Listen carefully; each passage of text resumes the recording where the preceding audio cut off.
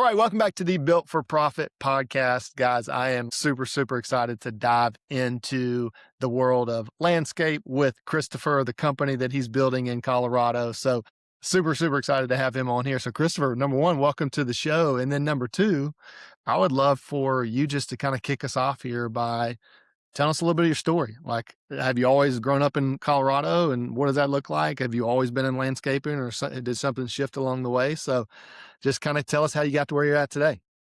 Okay. Yeah, Austin, thanks for having me. I'm happy to be here. I'm excited for the chance to be on the podcast. And yeah, really excited about where we're going with the business. So a little background on me. I started off, I grew up in New Mexico. I went to school at Oklahoma State, I kind of blew those first 2 years. I had a lot of fun and didn't do a lot of studying. So I lost the scholarship that I had, so I had to restart. And we moved back to New Mexico, graduated from UNM.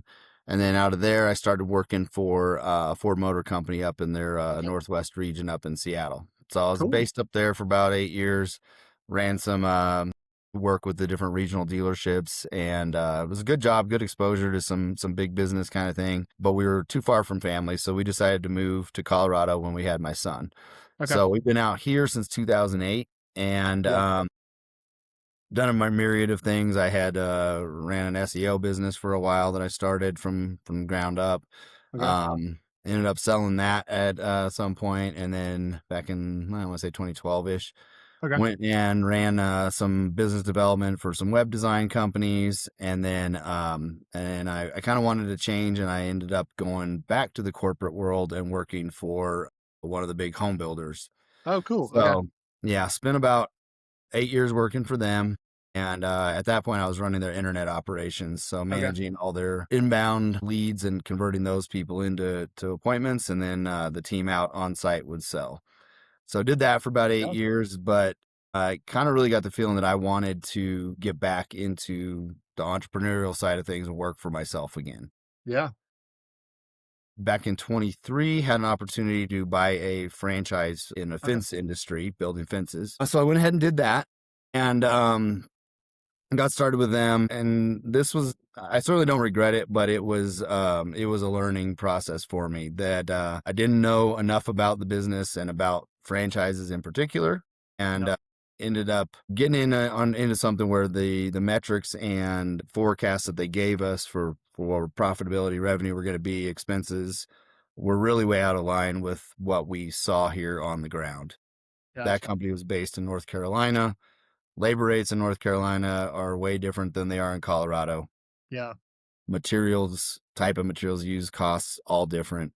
And so that business was very difficult to operate. It was a struggle. We did a lot of jobs. We did well, but we weren't really bringing in a lot of profit. So I ran with that up until the point where I decided it was just time to get out and move on. So sold that back in December of last year, so just about a year ago, and then rebranded and started Earthworks Landscaping and Home Services from the ground up. Wow. So we officially started January 6th of this year with the new brand. That is, I love it. Okay. So I'm curious, talk us on the inside the fencing world for those 2 years or a little over 2 years. Was it kind of just you and a hammer, or did you have a team, or what did that look like from the franchise that you were running? Then I'm curious, like, if you did have a team, did you bring any of that team with you to start Earthworks? Yeah, so good question. It wasn't me out actually building. I had all subcontractors. Okay. And that was kind of the way they coached us to work it up, was to run different subcontractor crews, so you could have multiple guys out, and then you could focus on really just running the business itself. Cool. So got started with that, and I did make some great connections, really good subs that do really high quality work, and I really feel like the work we did was fantastic, and I thought it was very high quality. So that was good. And so that's partially what led me into landscaping. Was I had a couple of the subs that I worked with that not only built fences, but they also had a background in construction and landscaping. Cool. Okay. So as we moved along, started just realizing that the margins and the profit on the landscaping side were much better than the fencing. So we started doing some landscaping jobs along with the fences. And that's actually one of the reasons that prompted me to sell, was that under the franchise agreement, they had access to get franchise revenues to basically any work that I did Yeah. whether or not it was a fence or if we were installing a water feature or Interesting. anything Okay. else. Yeah. Yeah, so I had a little disagreement with them on that, and when people started talking about, well, this is something we'll bring the attorneys on, I just decided at that point it was time to sell it and move on and do that. Yeah, yeah, yeah, for sure. So yeah, so I got out of that and actually did take a couple of those crews that were building fences with me and said, guys, we're gonna just move into landscaping. We're not gonna mess with fences anymore. Yeah. And brought those same guys with me. And those crews are still the core of who I do my work with today. Oh, wow. Okay, that's great. I love Yeah. that.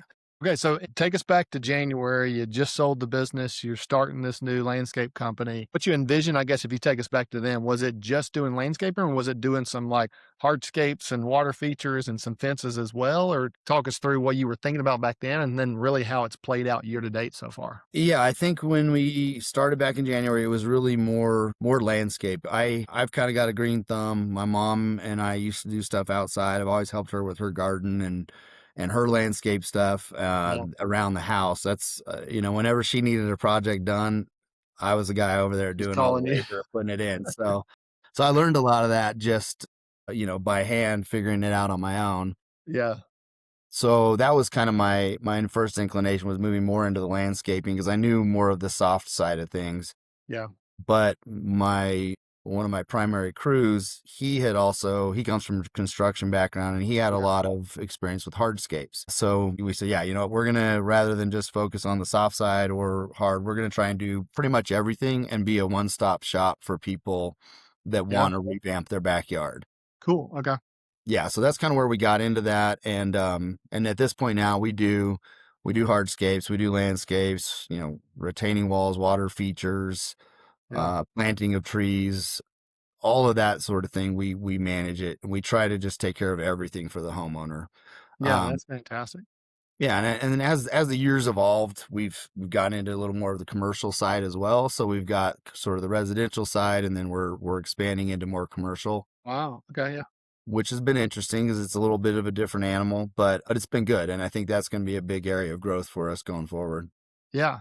Okay, I'm curious, January, February, March, how were you getting your first customers launching this thing off the ground? Was it just kind of people you've known from being in the area for a while, or were you doing any type of like marketing or trying to get your name out? Like kind of walk us through what did that look like for those first few months, just trying to get money coming in the door? Well, yeah, those first few months were a little bit slow and a little scary because I didn't have a presence. The Yeah, yeah, the yeah. business had no name, no website, no Facebook, no Instagram, none of that stuff. So we had to build it all from scratch. Yeah, And so yeah, so really those first couple months were more building that stuff out and trying to get clients to come in.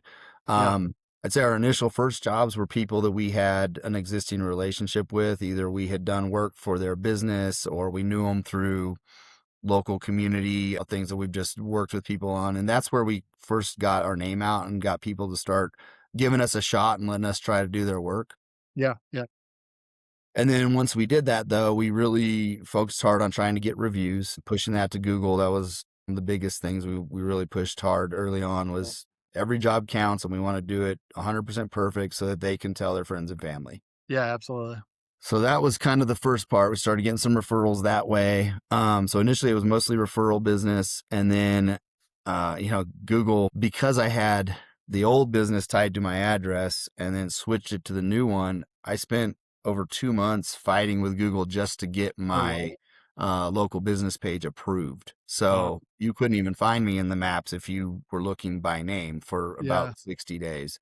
Um, but once that popped up, then we were able to start running local service ads through Google. And that's yeah, probably been the most beneficial lead source that we've had year to date. good. Yeah. What So push yeah. that pretty hard. Did a lot of that come from your SEO background, from those different experiences that you had pre starting this business? Or is this something new that you just kind of learned this year to say, like, this is the play that we need to run?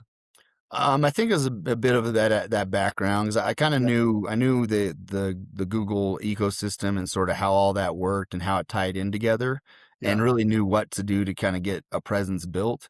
Yeah. So once they unchained us and let us do it, we started going and getting some traction there. So a little bit of what I had just seen before. The local service ads are a newer thing that they've offered in the last couple years, Okay. and that's what shows up in the map section over to the right. Yeah.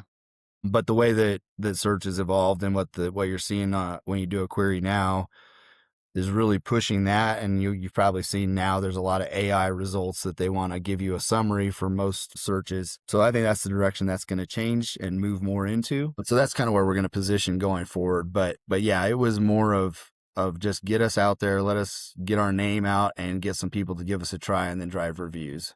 Yeah, I love that. I think that's such a great play, especially the review side. I think there's so much power in that. I think that'll help a lot of people just from really focusing in on how do we get 5-star reviews that people can consistently see.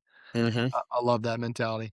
So I'm curious, as you've kind of grown now, almost a year in basically, are you just doing like enhancements, installs, that type of work, or have you gone into the maintenance side where you have monthly recurring revenue, or coach us through that, what the business looks like now? Yeah. So right now we really this year was the focus on just the design and construction side of things. And so we've been throughout the year focused on that. But as we've got towards the end of the year and with some of the more commercial accounts we've been running into, they all have a requirement for some property maintenance. So Yeah. that's an area that we didn't offer this year, but next year we do Okay. plan to get into that. And I've got a couple of things in the works now, a couple commercial properties that we're going to be doing some of the property maintenance for come spring. And for Okay. that specific reason is to have that recurring revenue stream and something that doesn't fluctuate. If we can have, 5 to 10 crews out there doing that every week, that's going to be a nice revenue stream that just keeps continuing on. Yeah, that's great. I love that. Well, cool. Well, okay, I'd love to dive into the business a little bit. I just love talking because you're still within the first year. I'm sure so much has changed, and as you're kind of building systems and processes. But so far, what do you feel like right now is something that you have momentum in that you're like, hey, this is working? I know you mentioned the kind of Google Ads thing is kind of you've seen some traction there, and then as you're thinking about that, also, I'd be curious, what do you feel like is the biggest bottleneck right now, that a wall that you're trying to break through or something that you're trying to get on the other side of? Yeah, for sure. Um, so I think right now the core is still going to be the design and construction side of things. Yeah. We've been able to sort of streamline that process now to where we almost have it commoditized where every product we're going to put in, we know exactly what our cost per square foot is. We know what our labor costs are. And so it makes that process of bidding a job a whole lot easier because Yeah. now, when I started, it'd take me a couple days just to put together an estimate, figure out what the pricing was, what all the materials needed were. And that was a very slow process. But now that we've refined that to this point, I can usually have an estimate to someone same day. And if it's not too complex, before I leave the property, I can usually have that to them. Wow, okay. So that's been good. And what I've seen from that is that if I can get it to them within 24 hours, you could close about 80 to 90% of those jobs. So Wow. that's a huge key for us. Okay, Chris, if you wouldn't mind, I'd love to pause right there. I think there's so much power in the system that you've built to produce that, a 24-hour turnaround. I'm curious, is there a certain software that you're using, or have you built just almost like a playbook that you just plug in the numbers real quick and send it off? Can you kind of describe what that looks like or whatever you're willing to share? I'd love to hear.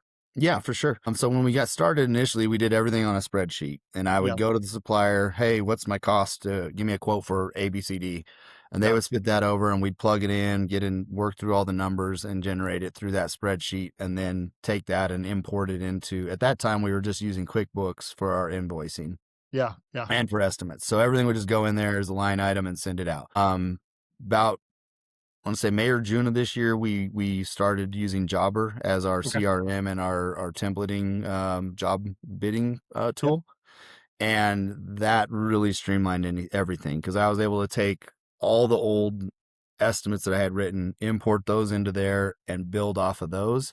Cool. So that gave me a ballpark figure on pricing, and then from there, I was able to really hammer that down and get to just the essentials and make sure that I had those prices in there. And so that piece of it has been huge because now all the materials are in there, all the descriptions of what we're doing are already included, and I can just basically plug in measurements and Yeah. then it's going to spit it out for me right away.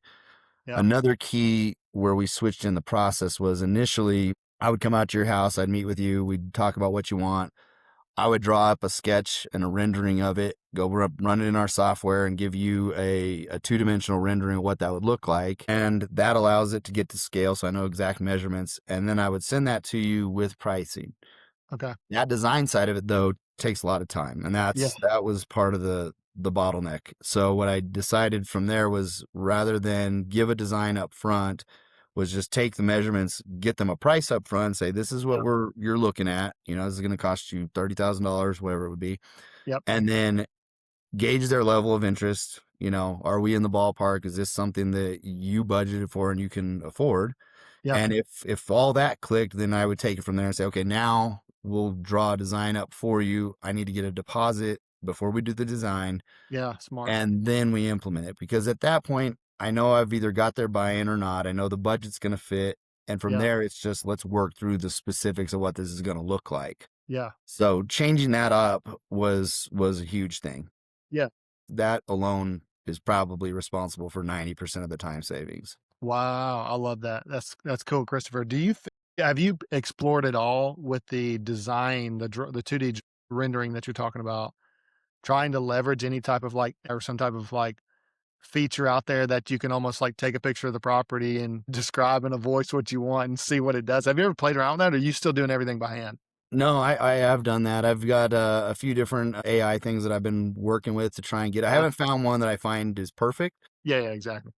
but that's how most AI is. It gets you Yeah, in the ballpark. yeah, But I have done that. I've started with some of those where, if I feel like the customer really is going to want to see something, you can tell they're a very visual person, then I'll try and give them something early on without getting it to scale and really getting yeah, into the yeah, nitty gritty.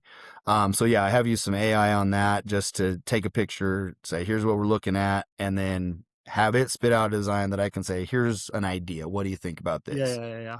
And there are some tools out there. There's some AI landscaping tools that you can say, look, I want a modern style, or I want, something a little more rustic, and it will kind of base it off of that and give you design. I haven't found anything I love that does that yet, but I'm sure it's just a few iterations away from a new version where there will Yeah. be the full thing.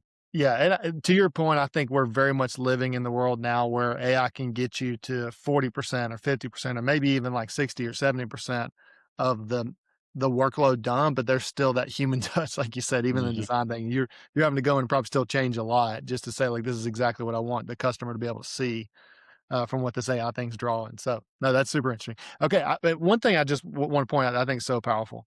You had that process of design, then the quote, or design and the quote served together. You realize how much of a bottleneck that was. Remove the design, got the quote out there just to even gauge the qualification process, I guess, from the Mhm. client, right? Which I think is so awesome. So, what do you feel like right now is the bottleneck as you're kind of walking through, thinking even 2026? Like, what are you focused on to say, like, okay, if we can solve this problem, that's going to help us get to the next level? I mean, to be honest with you, I think right now I'm the bottleneck because I'm in charge of the sales. Now Yeah, I've brought on some people on the team that handle a lot more of the admin side of it. My executive assistant, she does a whole lot of that work for me to free up my time. So that's been huge. Just, she manages my inbox, she manages my calendar, she sets appointments for me. That alone has just saved so much time for me yeah, go along. I'm teaching her more and more of those things that she can manage and just take them off my plate. So yeah, my plan for this next year, because I'm the guy going out, meeting with the customer, doing all the design and revisions with them. yeah. Now, I'm lucky because my EA, she's actually a trained architect Oh, by no way. trade. Okay. Yeah. And so she's got a lot of design background. So if I have something that's a more complex project where they really want that design, Yeah. I can give her a sketch of what it is and then let her take it and actually create the design. And then we can get that back to them in a few days. So, Awesome. well, that's nice. I don't know if that's, exactly the direction I want to go because I almost feel like if I had her full time, I could have her as a full time designer and then I would need Yeah, another assistant, that's right. right? Yeah, So we're trying to figure out which way we want to go with that. But I think for me, the biggest next step will be to get an estimator that does that process that I'm currently doing. yeah, If I yeah, can get a guy that can get out there, quality estimate, have a vision of what that can look like and how to relay that to the customer, yeah, then we can really ramp things up, because that'll let me step away from doing that on-site visit and all the sales follow-up, and I can put Yeah. that estimator on that, and that'll be their job to create it, follow up, get the sale, and then we go into the onboarding process, right? So Yeah. that's Yeah. kind of where I'm at next. I think the step for this spring will be get that estimator on, let him do that, and then I can step back and work on the business on Yeah. a bigger level. Yeah, that's so good, Christopher. I mean, obviously, you and I are both kind of connected through the Dan Martell world, but like I love that you've seen so much fruit from your EA because I've had the exact same experience. We're coming up on 2 years working together now, and she has like literally been such a lifesaver for me. But the fact that you even found somebody that's really, really good at the admin stuff, but also has the architectural background, I think is so powerful. So there might be a day where, Christopher, you could say, all right, she's now the head designer, and now she's the one that goes and finds and trains your new EA that you Hmm. don't even have to train. So then you all of a sudden have now both as the company continues to grow. So Yeah. Yeah, that's that would be beautiful, because yeah, she does great designs, and she can do 3D design that is mind-blowing. And I yeah, think as we get into like some larger projects with some higher end clients, that's going to be, a much more of a requirement rather yeah, than a bonus, is having yeah, that 3D representation. So we're working with a guy right now. It's his, he's about a $2 million home. His yard design is going to be, $500,000, $600,000 yeah, project. On a project like that, they need to really see every aspect of it, for sure. and as close as we can get them to living it, the better. So Yeah. that's where we really want to go with it next year. Yeah, that's awesome, Christopher. I love hearing that, man.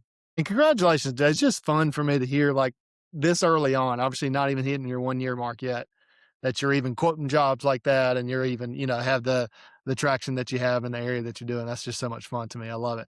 I'm curious for you as an owner, is there something you're tracking or kind of gauging or measuring maybe on a weekly or monthly basis that just kind of dictates, here's the health of my business? Like, I'm curious how you think about that. Are you checking, leads coming in the door? Are you checking some type of profit metrics? I'm just curious what that looks like for you. Yeah, I mean, right now, I think this year it's been more of a revenue number I've been Yeah. following, total revenue, and then I've got targets on a weekly basis on what I want to hit revenue and Cool. then profit wise on each of those. As I go forward, I think, really the revenue is going to be there. I really want to shift my focus more to the profitability of each job, because being in the first year, we wanted to take as many jobs as we could, get as much Yep. out there, build reviews, and build a presence. Now that we've done that and we've got a lot of projects that we can showcase our expertise, I Yep. think that lets us step up into a little bit of a higher level market. And being so, I'm not going to bid jobs. There were times this year I took jobs that were not that profitable, but I wanted to get it just as a portfolio piece, right? Yeah. So Yeah. Yeah. Yeah. now that we got that, my focus is really going to be shifting to still same process, as far as I want X number of dollars in revenue per week, a certain profit margin, but Yep. be willing to step away from those jobs if they're not going to meet those requirements, because there's plenty of work out there. There's so many people that need our services. Yeah. I don't have to scratch and claw for it as much as I did early on. For So I sure. think that'll be the goal this year, is like, we're going to maintain X number of profit on every job, and we're going to also really drive a certain amount of revenue per job that we take on. Yeah, that's great. I love it. So it seems like your estimate, you've got that honed in, really efficient, getting that out within 24 hours. I'm curious throughout the project, like let's just say you send the estimate, they say yes the day later, and you're like starting within a week or whatever, however your process goes. I'm curious, how often do you go back and kind of use that as a budget, throughout the project to say like, where are we at? How much money have we spent? All that kind of stuff. Is that like a kind of coach us through your process from start to finish on a project like that? Yeah, so that's sort of the process. Is we get started with them. We will have everything identified as far as what we're doing on the project, with materials finalized, everything. Yep. And what I like to do is try and schedule that project ideally 2 weeks out, so Okay. that the week prior to, and what we do is we collect a deposit up front for half of the project, and that typically covers materials and a portion of labor, Okay. and then we collect the rest either at the end, or we may do an incremental billing somewhere 3/4 of the way through the project. But what I like to do is get that in, order materials, and have everything delivered to the job site the week prior to when we start. Love So it. that Yeah. way, when my guys show up, everything's there. We know exactly what we need, and we're not going back and making runs to the Yeah, supply store exactly. to pick up extra materials. I Yep. found that that really it just kills the flow of the project, and that's where you start to leak profitability because Yeah, now for you're sure. spending extra money on diesel driving out there. Your costs get out of line because you estimated a certain amount of a project, and now maybe you bought extra that you really didn't need. So Yeah. trying to eliminate that completely. Yep. Um, but yeah, so that's kind of the process is we get it. We want to get them scheduled a couple weeks out, order materials, have those drop the week before. And then in most of them, we're in a week to 2 weeks of delivery to actually get Okay. that project done. Now, as far as like checking on profitability and stuff, one of the processes that another one of my coaches implemented with us this year was back costing all of our jobs. Okay, cool. So what we'll do now is once we've completed that job, we're pretty good at estimating the materials and we know just about what we're going to have and any overages typically fall within our initial estimate. Yeah. But that back costing has become very important to our process because I started to find, okay, we said we were going to use, say, $5,000 of retaining wall block and, X number of materials to support that. Well, then you go back and you back cost it and you find out that we actually underestimated the amount of block. We ended up using an extra $1,000 or $500 worth. If I didn't do that, I wouldn't know. Yeah, Those are exactly. little things where the guys go out and they purchase it and say, "Hey, we need another 25 blocks." Okay, go grab them. That's They right. get them, but if you're not accounting for that, that's profit you just lost. That's So exactly so yeah, so that's been a big key is just going back after the project's done, reviewing what was our estimate on materials and labor, and then where did we fall within that. yeah. And then timing wise, my crews pay their guys basically by the day, but I pay them on a per project basis. Oh, So cool. Okay. they're not getting hourly for me. It's you got X amount to complete this job. Yeah, that's great. So finding out where something went awry that maybe took the job longer because it's not going to affect my margins on what I'm paying them, but what it Yeah, does affect is if that job drags on for an extra 2 to 3 days, that bumps the next job back by that's two to right. three days. Yeah. And that's a big problem. So really back costing it and then figuring out within the process, were we able to stick with our timelines as we projected? So Yeah, really I'm yeah. back costing both of those items. Yeah, the back costing thing I think is so powerful as you've seen because it just helps you for future projects, I'm sure. Because Mhm. like if you're understanding trends of things that you're consistently underbidding or whatever, underpricing on, I think that's so powerful, but it takes the discipline, right? So like most people, you're coming to the end of a project, you got 3 in the pipeline that you're trying to get to. So you don't have Mhm. most people I feel like are just like, I don't got time to do that. Let's just go to the next project kind of thing. Yep. But I just love the power of you being disciplined to go in there and do that to actually improve your profit margin. I think that's going to pay huge dividends in your year too, man. As you walk into that, that's a lot of fun. Yeah. Yeah, I'm excited about that. It's kind of a tedious process, Yeah. but it's worth the time you put into it. Oh, 1,000%. I love it so much. Okay, well, tell us a little bit. Like, what are you dreaming about? If you have any kind of thing in the future of like maybe 5 or 10 years out, what does Earthworks look like from 5 to 10 years from now? Well, my goal in 5 to 10 years, my 5-year goal is I'd like us to be at about 50 million in annual revenue, Awesome. which is an ambitious goal. This Yeah, year, love first that. year, we're coming in over 1 million, so I felt like we did pretty decent getting there in the first year. Yeah, It's kind of funny because it's in my head, like, I was talking with one of my subs the other day, and he's like, "Man, that's amazing! Like, you don't even realize that to be able to say that you did that kind of revenue in the first year is fantastic." yeah, And I was like, "Yeah, it's good, but it's just the tip of the iceberg, and it's not where I want it to be. And yeah, profitability, I want to be at a higher margin."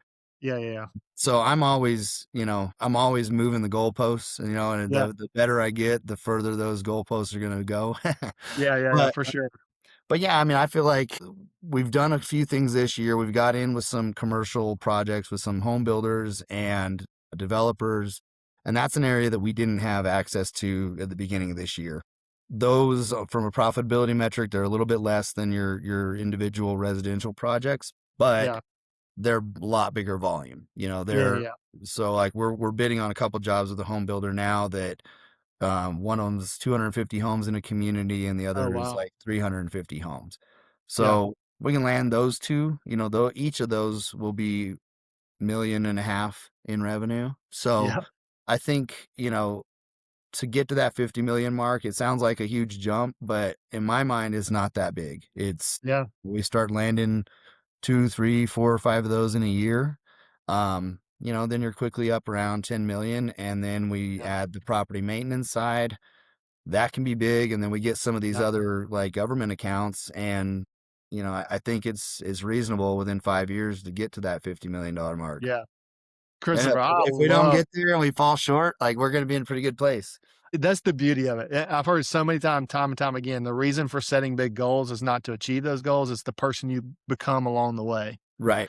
And I just like you said, if you've reached for 50 and you hit 40, the person you became getting to 40 is still a powerful man. Right. Yeah, exactly. And I'll be looking back at that and going, look what I built in these last few years. So that'll be Yeah. pretty exciting. Yeah, I just love your ability not only just say it out loud, but just to dream that big. I just think that is so powerful in its own right that I feel like, including me, it's challenging me to dream bigger. Honestly, it's just from a standpoint of like, don't reason with your goals, dream Hmm. big to say like, this is what it needs to be, and how are we going to get there to recreate something that needs to get that far. Yeah. And so I love it, Christian. That's great. Well, okay, is there anything else that we haven't talked about today that just kind of fires you up or something you want to talk about? Well, on the business side, I think we kind of covered a lot of that. Uh, for me, I'm kind of doing a little side project that I want to jump into. That's not really about making money. It's about doing some good in the world. So, Yeah. I'm a Christian man. I've grown up in the church. I was all around that my whole life, but this year I was never baptized. So Wow. this year in August I got baptized, and I just Awesome. yeah, so I was pretty excited about that, and I started thinking, what could I do with the platform and the leverage I have and the business? I wanted to use the business to do something good. So Yeah. we're trying to create a new project that's going to be really geared towards helping young people to avoid some of the pitfalls that they get into in life. Yeah. I have an 18-year-old son that's off in college. He's a great kid. He stays out of drugs and alcohol. He toes the line and does a good job and doesn't get himself in trouble. Yeah. But I know that when I was his age, I wasn't quite as good as he is. And there's Yeah. some things that I did that I look back and go, man, I shouldn't have done that. I'd be a lot further along. So I'm trying to build out a project called the Jesus Blueprint. And Let's go. basically, I'm using this through social media. So I want to do it through YouTube and Instagram and TikTok and basically creating a resource for people to find a way to tie in with faith that'll help them to navigate life. Yeah. So working on that right now, just getting it kicked off, starting to making some videos and some things, and ideally, if I can get it to where I want it to be, the money that it'll earn from those social platforms, I want to build into more of a ministry. So I want to go Yeah. and find kids that maybe they're involved with drugs or gangs or whatever. Yeah. How do they find Christ, and how did it change their life? And Yeah. then, have their testimony out there. I'd love to tie in with some athletes or, Yeah. well-known public figures that are successful that way, and just use that as a resource to try and, help people out. Christopher, this fires me up so much, man. I wish we would have talked about that first because we could talk for an hour on this stuff, man. We might be Well, coming I up was with thinking about that. well, dude, we're gonna have to have a part two because I want to hear your heart behind this because, like I said, I wanna give some dedicated time to this on the podcast because that stuff fires me up more than anything. And I would just love to ask you a ton of questions on that because I just was thinking through. I'm like, man, I got like 15 questions I want to ask him just from just that one concept alone. But just to kind of leave a dangling carrot out there, what you're building, is it mainly content driven to draw people, whether they find you on YouTube or that kind of stuff? Or is it more to like, we go to these places, whether it's like schools or middle schools or like, YMCA camps or things like that, where you're actually speaking and getting in the room with people? Or is it more content driven? Well, I think the initial approach is content driven to Yeah. to just to get the exposure, because I think I can reach the most people in the shortest amount of time that way. Yeah. But as it evolves, I do want to have that more on the ground grassroots kind of feeling. So I want to Yeah. integrate with churches or boys and girls clubs, things like that, where we can bring people together and get them in a situation where they can really experience it and feel what other people feel and just Yeah. validate that for them. And I Yeah. think if we can use, I like Tim Tebow, I'm a big fan of him. Look at what Yeah. he's doing with his foundation, and Yeah.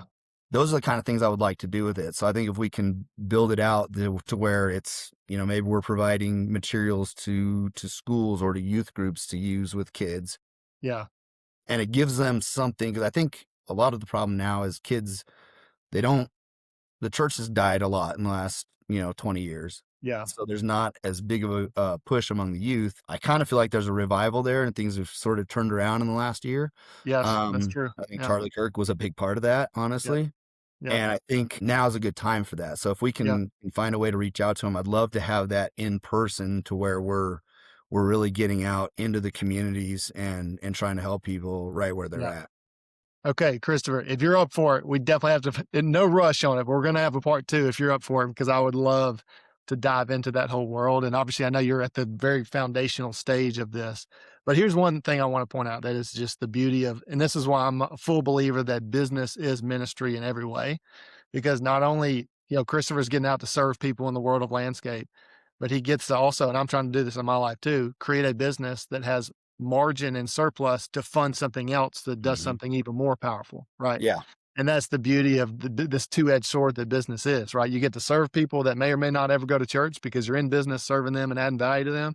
And then you also get to take the profits of that business to funnel it into something that does kingdom work that's also doing something and putting more people in heaven. And so I just love it. Christopher, I'm fired up that you were passionate about that. So fired up to talk very soon about that. Yeah, man, I would love to do it. It's something I'm real excited about, and yeah, anywhere, anything we can do to gain awareness and try and build it, I think will be great. We'll I make love it. heaven crowded. That's right, man. Let's do it. Let's do it together, Christopher. I love that. Well, thank you so much for sharing. Thank you so much for being willing to be on the podcast. I thoroughly enjoyed this, Christopher. And real quick, if people want to find out more about you, find out more about your business, where's the best place to go find you?